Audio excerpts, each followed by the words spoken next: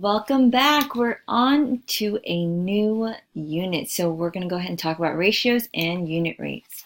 Our content objective is students will be able to simplify ratios and find unit rates. Language objective is students will be able to read unit rate answers appropriately. And why am I learning this? Well, it's important for many real-life problems like finding the best buy when purchasing food. So first things first, what is a ratio? A ratio is basically a comparison of two numbers with similar units. So 4 boys to 9 girls. This is an example of a part-to-part ratio where a ratio could be written as a fraction, so 4 over 9. Could be used using a colon, so 4 colon 9. Using the word 2, so 4 to 9. Or saying 4 out of 9. Now, realistically, the most popular ones that we're going to be focusing on this year is a fraction as well as using the colon. So these are the preferred way of writing things.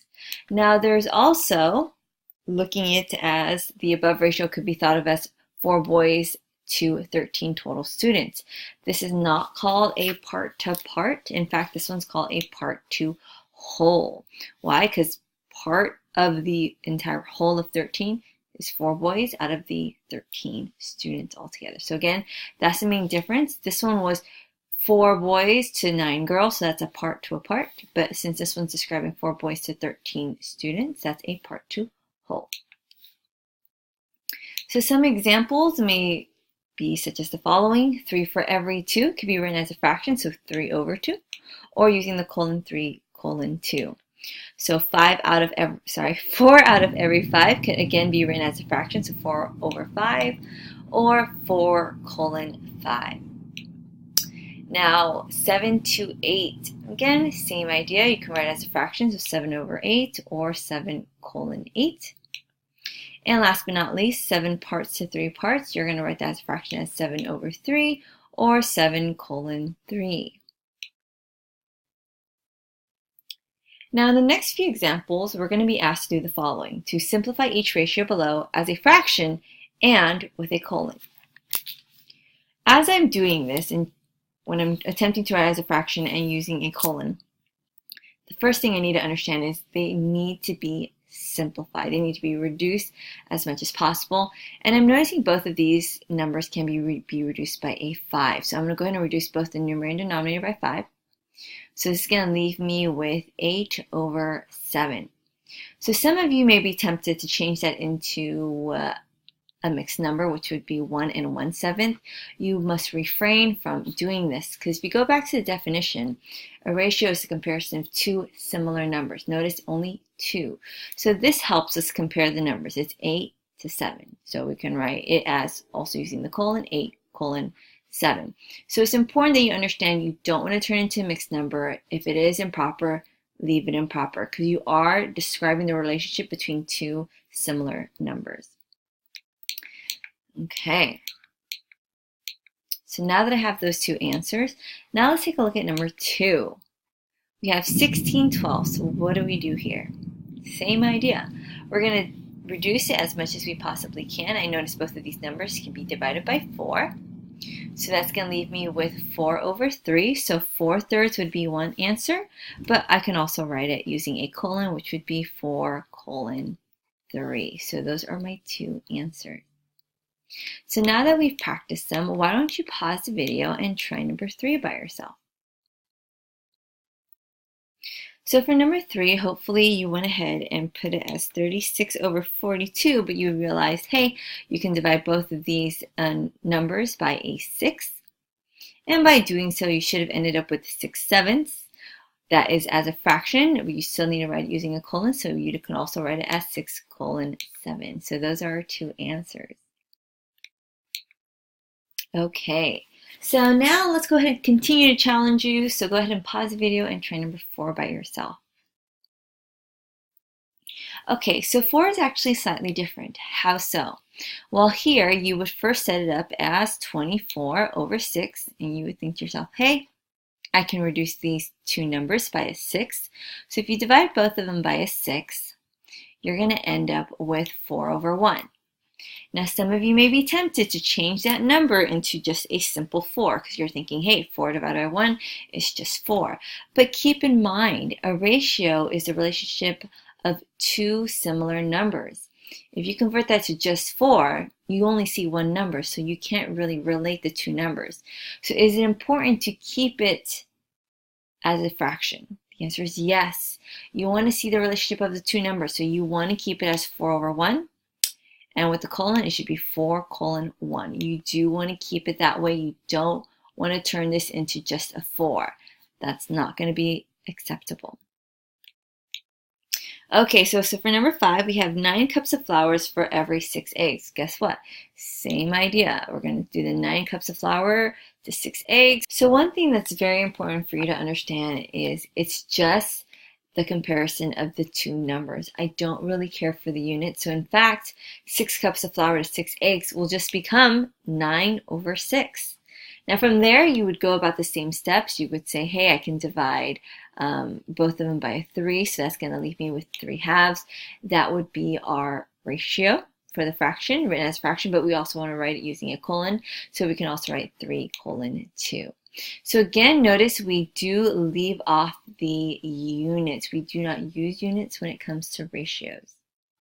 Okay, so the instructions are the same. I want you to go ahead and try number 6 by yourself. So for number 6, hopefully you wrote it as 6 parts over 27 parts. We don't really care for the units right now, so we're going to leave them off to just 6 over 27. We can reduce both the numerator and denominator by a 3. By doing that, we're going to be left with 2/9.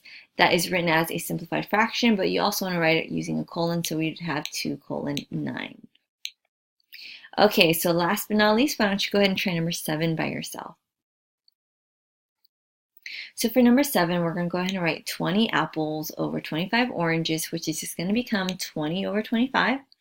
I notice we can reduce both the numerator and denominator by a 5. So it's going to leave me with 4/5 as a fraction. Also, writing it with a colon would be 4 colon 5. So that would be our final answer. Okay, so now that we've taken a look at ratios, let's look at a different word, which is rate. A rate is a ratio that compares two quantities that are measured in different units.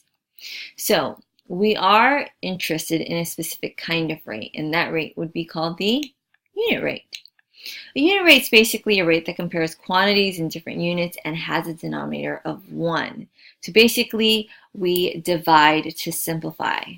Okay, so before we were reducing when it came to ratios. We were looking for a common factor, and we were dividing both the numerator and denominator. But for a unit rate, what you're going to find different is we're actually going to just simply divide. Okay, so ratios do not need units. Rates and unit rates, we do write the unit. So that's one very clear distinction between a ratio and a rate. Ratios will not have units, however, rates and unit rates will. Okay, so for our very first example, this one's not in your notes, I want you to just follow along with me. We have 1,575 words in 25 minutes. So a unit rate is more interested in figuring out, okay, if we have 1,575 words for 25 minutes, I'm interested in figuring out, okay, well, how fast is this person typing in 1 minute? So what must I do? Well, I must divide. So I'm going to go ahead and do some side work. I'm going to do 1,575, and I'm going to divide that by 25. Can't go into 1, cannot go into 15. It can go into 157 about, let's see, 6 times, which should give us 150. Bring down this. Difference is 7, bring down that 5. 25 goes into 75 3 times. So this is going to be reduced to 63 words per minute, like so. And you're going to notice, in order to shorten it, instead of writing the words per, we can simply use this backslash, and that basically represents the word per. So how fast is this person writing? They are writing or typing, wherever it may be, 63 words per minute. Now, one thing I want you to be very mindful about is this here is what we call the rate. Okay, now this specifically is also a rate, but it has a specific name. Since it's a denominator of 1, because it is per 1 minute, this is what we would call the unit rate. Okay, because this is just basically a rate. It's not necessarily for 1 minute, but this one is, and because it is for 1 minute, it is called the unit rate, because unit means 1. Let's look at our second example, 432 miles on 12 gallons. So here we're going to go ahead and set it up as 432 miles on 12 gallons, so per 12 gallons. Now, one thing to keep in mind is this. We don't necessarily write the numbers in the order that we see them. We ask ourselves, are we trying to determine miles per gallon or gallons per mile? And you need to figure out that depending on the circumstances. Now here, since it is asking us to do a unit rate, we are going to simply divide to figure out what it's going to be simplified to. So I'm going to go ahead and divide 432 divided by 12. 12 cannot go into 4, however, can go into 43 3 times. That's going to leave us with 36. We're going to borrow. 13 minus 6 is 7. Bring down that 2. 12 goes into 72 6 times exactly. So that's going to leave us with 36. And again, look at your units. It's going to be miles per gallon. So I'm going to go ahead and put miles. I'm going to write it slightly different this time. I'm going to put per gallon. Why did I write it like this?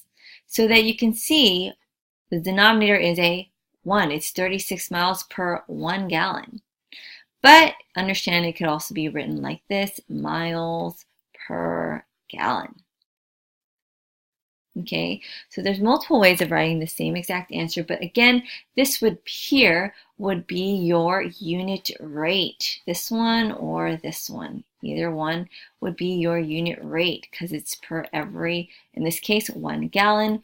But we also need to keep in mind that this here would be considered just a simple rate. Okay, so now it's your turn. Your job is to convert the following rates to unit rates. So go ahead and pause the video and try numbers 8 through 10. Okay, so let's go ahead and go over the answers. For number 8, it says 84 students in 4 classrooms. So please note you typically won't always just write first numbers in the numerator, second numbers in the denominator. You need to ask yourself, if we're talking about students to classrooms, do we want to know how many students per classroom, or do we know how many classrooms per student? So in this one, it does make more sense to figure out how many students per classroom. So we're going to go ahead and set it up as 84 students over 4 classrooms. And in this case, since we are finding the unit rate, all we have to do is simply divide. So if we do 84 divided by 4, that's going to go in 2 times. And this is going to go in 1 time perfectly. So here I would go ahead and say that it's going to be 21 students per classroom. Let me just go ahead and neaten this up. Students per classroom. Now, could you use this symbol instead of a per? Absolutely. Could you have also written as like this, say 21 students per classroom, like that? Yes, they're exactly the same, so please understand there are slight variations, but it does mean the same answer. For number 9, we have $30 for 8 lunches. Again, I need you to ask yourself, do we want to know how much it costs per lunch, or do we want to know how many lunch per dollar? Now, it does make more sense to figure out how much it costs per lunch, so for that reason, I would set it up as $30 per 8 lunches. Now that we have it set it up like this, we're going to simply just divide in order to find our unit rate. So we're going to do 30 divided by 8. So I'm going to go ahead and divide. 8 cannot go into 3. 8, however, can go into 30, let's say about 3 times. That's going to be 24 with a remainder of 6. Bring down that 0. 8 can go into 60. Let's bring this decimal before I forget, about 7 times. So it's 56. with the remainder of 4, bring down a 0, and 8 can go into 40 evenly 5 times. So here, this is going to reduce to $3.75. Why did I say dollars? Because here we have dollars. Per, in this case, it's going to be lunches. And again, there are so many different ways to kind of write this answer here, but the whole gist of it is to understand it's going to cost $3.75 per lunch. Now, one thing that you are going to find is the fact that money typically belongs in the numerator, aka the top of your fraction. So keep that in the back of your mind as we go over problems like this. So for number 10, we have 15,000 cars sold by 2,000 dealers. So I'm going to go ahead and set it up as, let's see, do we want to know how many cars per dealer or dealers per car? Me personally, I think it's going to be best to set it up as cars per dealer. Now, some of you are going to want to go straight into actually dividing, but I want you to notice something. Typically with zeros, if we have them at the end of the numbers, we can typically cross them out because there's no point in doing extra work. So we're going to cross out a 0 here, cross out a 0 here, cross out a 0 here. So it just becomes 15 over 2. So here we can just simply divide 15 divided by 2. This is going to go in about 7 times. Bring down that decimal and a 0. 2 can go into 10 5 times. So this is going to end up with 7.5 cars per dealer. Now, what does that even mean? What this means is a dealer is going to sell about anywhere between 7 to 8. Now, we're not going to necessarily round this up to 8 because that does change things. So when there is a number such as this, which is 7.5, it means it's about split in half, with some dealers are selling 7 cars and then half of the dealers are selling 8 cars. So it's kind of split in half. Okay, so now let's do a quick review and recap. For ratios, what we typically do is we reduce to figure out what the ratio is. We reduce both the numerator and denominator. With a unit rate, we divide. Okay, so that's the difference between our 5/9 to our 60 miles per hour. We simply just divided this, and here we were reducing. Okay, now it's also important to understand with ratios, we want them to be similar units. Okay, so with ratios, we are comparing two numbers, and with a unit rate, where it's basically a comparison of a number to one in different units. Ratios are always written as two numbers. Okay, so 3 over 2, 4 to 9, 15 to 1, etc. Unit rates always have a denominator of 1. Always, always, always. Now, you won't necessarily see us write it as such, like 60 miles per 1 hour, but we do understand, since it's per hour, that is a 1 hour. Okay, so here are some examples. Now, ratios, we do not need units, but unit rates, we always need to write the unit. So that's one big difference between a ratio and a unit rate. With ratios, we simply just reduce to simplify our value, and then with unit rates, we divide. That's another key thing that you have to be very careful about. With ratios, again, we just reduce the numerator and denominator by a common factor, but with unit rates, we just simply divide the two numbers together and see what we end up with. And one important thing to know is with unit rates, money usually goes on top, aka in the numerator, when you're looking at a fraction. So more unit rates. So here, 11A, we have 8 oranges for $2. So the first question is, how much does 1 unit orange cost? So basically what it's asking me to do is, how much is the cost for 1 orange? Okay, so notice we're going to go ahead and put $2 for the 8 oranges here. Since it is a unit rate, all we're going to do is divide. So we're going to do 2 divided by 8, like so. 8 cannot go into 2.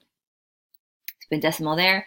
It can go into 20, let's say about 2 times, which is 16.